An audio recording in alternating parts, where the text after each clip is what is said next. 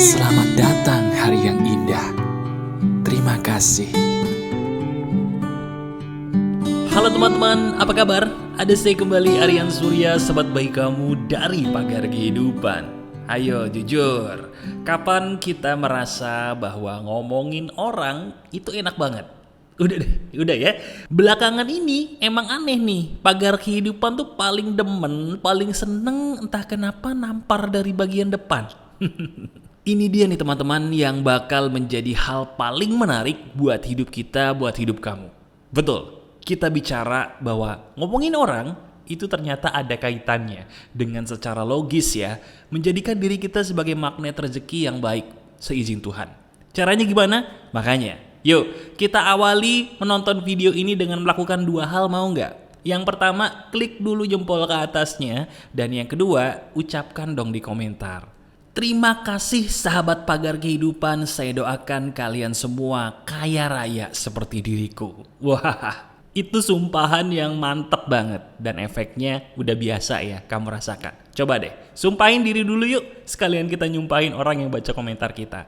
Nah sekarang gini teman-teman, sambil diri kamu menulis komentar, nyumpahin orang yang baca komentar kita gitu ya, supaya diri kita pun seizin Tuhan dapat berkah yang positif. Sambil kamu dengerin suara saya, karena saya langsung ingin menceritakan sebuah daging banget dari ilmu di hari ini. Teman-teman, jadi gini, kita tuh paling sering belakangan ini kalau jujur ngeliat orang yang ngomongin orang lain ketika ngobrol di meja makan, betul gak? Entah di kantin, kantin kantor, kantin kampus, atau pernah gak kamu kumpul sama temen, tapi teman kita tuh secara otomatis gitu ya, baik laki-laki atau perempuan sama nih zaman sekarang, suka ngomongin masalah orang lain. Dan rasanya itu menjadi sebuah topik yang seru banget. Bener, sampai kamu aja nih sebagai sahabat saya yang awalnya gak peduli, lama-lama jadi ikutan. Yes, jadi ikutan ngomongin masalah orang lain. Nah sekarang gini teman-teman, dengerin baik-baik, ini masuk akal banget. Pernah nggak kamu ngerasa dalam diri kamu, maaf ya, kok rezekinya gini-gini aja? Bener nggak belakangan ini pernah ada 1, 2, 3 pertanyaan di dalam benak kamu yang terdalam gitu ya? Pertanyaannya tentang sebuah hal yang kaitannya dengan jodoh ataupun masalah rezeki keuangan. Pertanyaan itu lebih ke arah ngeluh. Kenapa ya kok aku rezekinya gini-gini aja? Kenapa sih kok aku umur segini belum ketemu sama orang yang bisa mencintaiku seperti yang aku harapkan?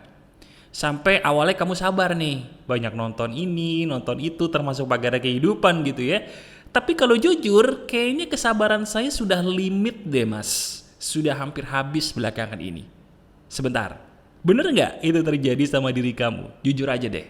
Kalau emang iya, tuliskan di komentar, bener mas, tersangkanya adalah saya. Biar saya doain kamu cepat bahagia dengan masalah kamu. Silakan. Nah itu dia solusinya. Bahagia dengan masalah kamu. Teman-teman, sekarang kalau kita pikirin masalah kita, biasanya kita sedih atau bahagia? Kalau jujur, pasti sedih lah mas. Bahkan gak sedikit juga ada rasa amarah yang pengen kita luapkan. Dan lagi-lagi yang kita salahkan siapa? Betul, Tuhan yang maha pengasih lagi maha penyayang. Nah ini ilmu sebenarnya agak aneh, tapi benar. Teman-teman, di saat kamu lagi marah, jangan ditahan ya. Saya ulangi, kalau selama ini kamu menghindari marah di saat kamu pengen ngeluh, kok saya nggak ada jodoh yang pas, kok duit saya gini-gini aja, kamu tahan tuh amarah. Mulai detik ini kamu janji ya, jangan menahan lagi amarah kamu. Iya, jangan ditahan lagi. Loh, bener, gak usah ditahan lagi. Mas, gak salah ngomong mas. Katanya kita itu kan jadi orang gak boleh marah. Tapi kok mas Aryan bilang, maaf nih, saya disuruh gak boleh nahan marah lagi. Berarti itu gak bener dong mas. Kan marah itu adalah sebuah hal yang berbahaya, betul gak? Nah, ini dia. Ini yang jadi letak permasalahan hidup kita, yang jadi letak permasalahan hidup kamu. Teman-teman, kan saya bilang, marah itu lain kali jangan ditahan ya. Kenapa coba? Sederhana. Coba deh sekarang kamu inget-inget terakhir kali kamu marah kapan? Bener nggak ketika kamu marah pasti ada aja yang ketahan? Sesuatu yang kamu tahan, itu loh yang menghalangi rezeki kita. Saya ulangi, dengerin dulu sampai habis ya. Ingat-ingat kapan terakhir kali kamu marah? Bener nggak di saat kamu marah, ada aja pasti yang ketahan di dalam batin kamu, di dalam hati kamu. Dan kamu tahu nggak, itu yang bahaya. Di saat kita marah kemudian nahan, itu namanya unek-unek, pendaman. Dan kamu paham nggak? Pendaman itu adalah perasaan negatif. Dan hati kita ini ibarat kata seperti sebuah laci atau lemari. Sekarang kamu bayangin laci atau lemari. Kalau di dalam laci atau lemari itu banyakkan sampahnya, kira-kira lemari atau lacinya, mohon maaf, jadi bau atau wangi? Jawab. Bau atau wangi? Kenapa bau? Karena banyakkan sampahnya. Nah sekarang, maaf nih, yang terjadi sama kamu tuh seperti itu, sadar gak sih? Diri kamu selama ini banyak pendaman kan? Banyak unek-unek kan? Nah, unek-unek dan pendaman itu namanya dalam psikologis adalah sampah batin. Kalau ditumpuk terus-terusan, ya wajar diri kamu jadi suka sedih sendiri, jadi suka temperamental sendiri, jadi suka tantrum sendiri, bahkan saking parahnya, maaf, kayaknya belakangan ini sadar nggak kamu sering banget bengong ngelamun sendiri. Nah itu bahaya tuh. Bahaya apa? Selain kamu bisa kesambet sama setan, bahaya yang kedua adalah di saat kamu melamun, kamu membuat dirimu sendiri merasa tidak berharga lagi. Betul atau tidak? Di saat kita ngerasa tidak berharga lagi, di saat itu kan diri kita paling gampang ngelamun. Coba renungkan, betul apa enggak? Lihat diri kamu. Di saat kita ngerasa paling gak berharga, di momen itu pasti kita sering banget ngelamun. Betul gak? Nah itu bukti nyata dan ini fakta. Kenapa kok kita membantah terus ya ketika ada sebuah ilmu yang sudah jelas-jelas fakta dan nyata? Lihat diri kamu, sudah membuktikannya sendiri kan? Nah sabar, ini belum selesai. Saya lanjutin dulu yang tadi. Mas, emang bener sih, ini bener banget loh, bahwa ketika saya marah itu biasanya ada pendaman yang gak saya keluarin. Dan bener juga mas, itu namanya unek-unek. Cuman pertanyaan saya, apa kaitannya pendaman batin atau unek-unek tadi dengan terhalangnya rezeki dan jodoh mas? Emang ada kaitannya secara logis? Ada. Tahu gak gimana penjelasannya? Gampang.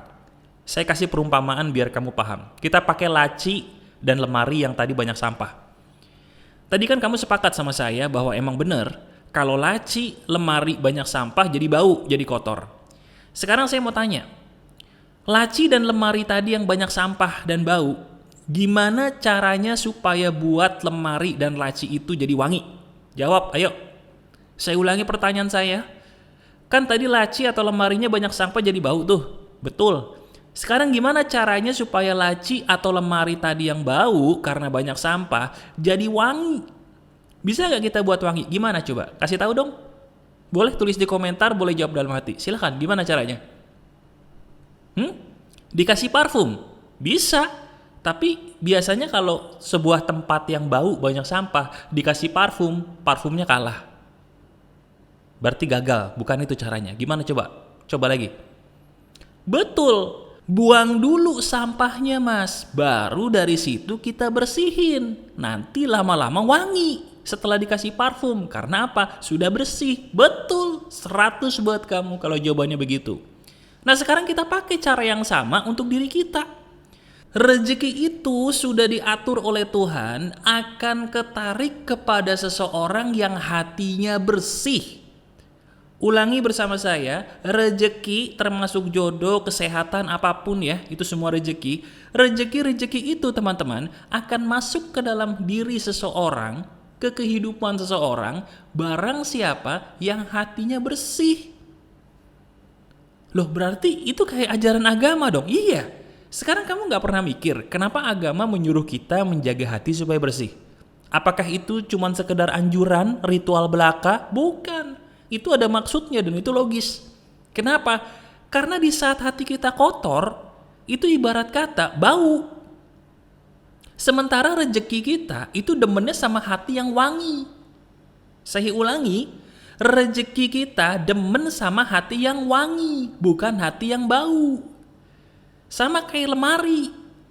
Lemari yang bau, mau ditaruh baju sewangi apapun jadi bau juga. Bener jawaban kamu tadi, lacinya dibersihin dulu, dikasih parfum, pas udah wangi baru masukin baju. Jadi wangi tuh baju, bener. Sama seperti rezeki-rezeki kamu. Kalau pengen rezeki kita bagus, bersihin dulu hatinya. Buat hatimu wangi, baru rezeki apapun bentuknya seizin Tuhan masuk ke dalam hidup kamu. Itu udah hukum semesta. Dan itu benar. Nah sekarang pertanyaannya gini, oke mas, ini makin logis nih. Pertanyaan berikutnya adalah, gimana caranya membuat hati saya ini jadi wangi mas? Apakah saya semprotin parfum dada saya?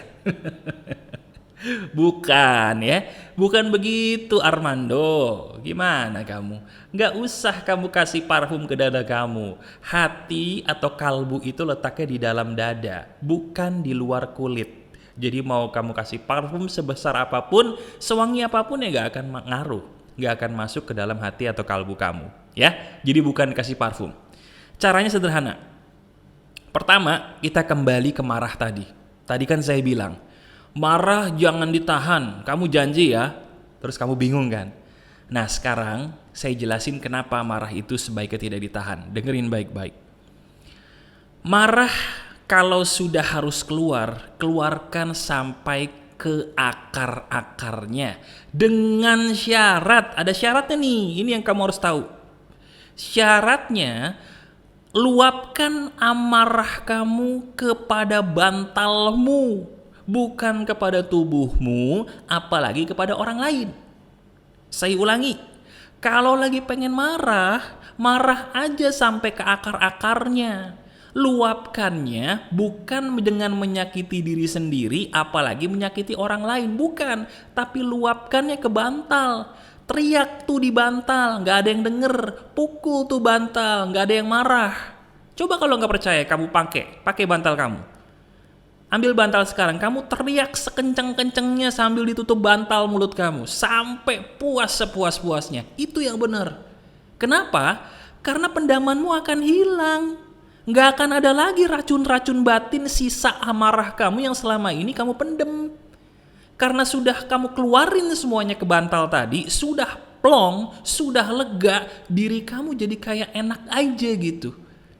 Dan beruntungnya lagi, kamu gak usah nyakitin orang di sini. Bahkan kamu gak usah nyakitin diri sendiri di sini. Teman-teman, maaf ya. Ini saya cerita dulu boleh gak? Saya ini punya teman. Teman saya itu ya dia mungkin bisa dibilang sedang ada masalah di batinnya gitu teman-teman ya. Jadi dia punya amarah. Sama kayak kamu punya amarah, tapi dia pendem terus. Dan tahu gak apa yang terjadi? Sifatnya jadi aneh, kasihan. Anehnya gimana? Dia selalu bikin konten yang mana konten itu dia pakai untuk nyindir teman-temannya yang dia harapkan kesindir. Ayo jujur, pernah nggak kamu kayak teman saya tadi bikin konten apapun bentuk kontennya, baik di sosmed maupun di WhatsApp, yang kamu tulis atau kamu buat tuh konten dengan maksud, dengan harapan teman-temanku ada yang kesindir dan sadar sendiri mas atas kesalahannya. Jujur, kamu pernah gitu nggak? Kalau jujur dan kamu pernah gitu, berarti mohon maaf diri kamu sama kayak teman saya tadi. Banyak pendaman di hatimu sehingga membuat kamu jadi aneh. Suka bikin sesuatu yang berharap orang-orang tuh kesindir. Padahal mah belum tentu orang yang kamu maksud kesindir. Kalaupun kesindir buat apa? Apakah dengan nyindir mereka bisa berubah? Tidak. Yang ada jadi norak. Jadi norak, hidup kita penuh drama, gak penting. Mau gak daripada kamu ngelakuin gitu, praktekin aja apa yang saya barusan ajarin. Ya, ingat pesan saya, dengerin baik-baik. Luapkan amarah kamu kepada bantalmu, teriak sekenceng-kencengnya, pukul bantalmu sekenceng-kencengnya sampai amarah kamu hilang total. Ya, jadi nggak usah teriak di hutan seperti yang dicontohkan di mana tuh, di film atau di sosmed, teriak di hutan kosong. Ya kalau hutannya kosong, kalau ada monyet lagi camping, kamu teriakin kaget, wujuh buneng. Salah apa tuh monyet lagi camping keselak pisang? Ya, kamu teriakin, loh ya nggak, bener nggak? Kok Kok ketawa sih? Lah, orang kan ada yang ngajarin, teriak aja di hutan sekencang-kencangnya. Oke. Begitu teriak di hutan, kamu yakin itu kosong hutan? Kalau ada monyet camping gimana? Keselak pisang. Lah, dosa. Iya juga ya, Mas. Wah, bener juga ini. Lah iya, daripada kita teriak-teriak begitu gak jelas, kenapa gak pakai bantal sih? Kalau bantal satu takut kedengeran, bantal didobel 2, teriak sekencang-kencangnya, marah sekencang-kencangnya. Dan nanti ketika sudah plong, baru setelah itu kamu istighfar. Minta ampun sama Tuhan karena baru-baru ini kamu seringkali marah. Jadi perpaduannya gini, kita buang dulu sampah batinnya, baru kita perwangi. Perwanginya kalau yang muslim pakai zikir, pakai istighfar tuh. Jadi wangi, tapi kosongin dulu racunnya. Sama kayak laci tadi, sama kayak lemari tadi, paham kan? Lemari yang penuh sampah tadi kan supaya wangi kita buang dulu sampahnya. Iya enggak? Mas, kalau saya teriak sampai nangis, oh bagus. Itu berarti kamu jujur dengan dirimu sendiri, kamu enggak pura-pura kuat.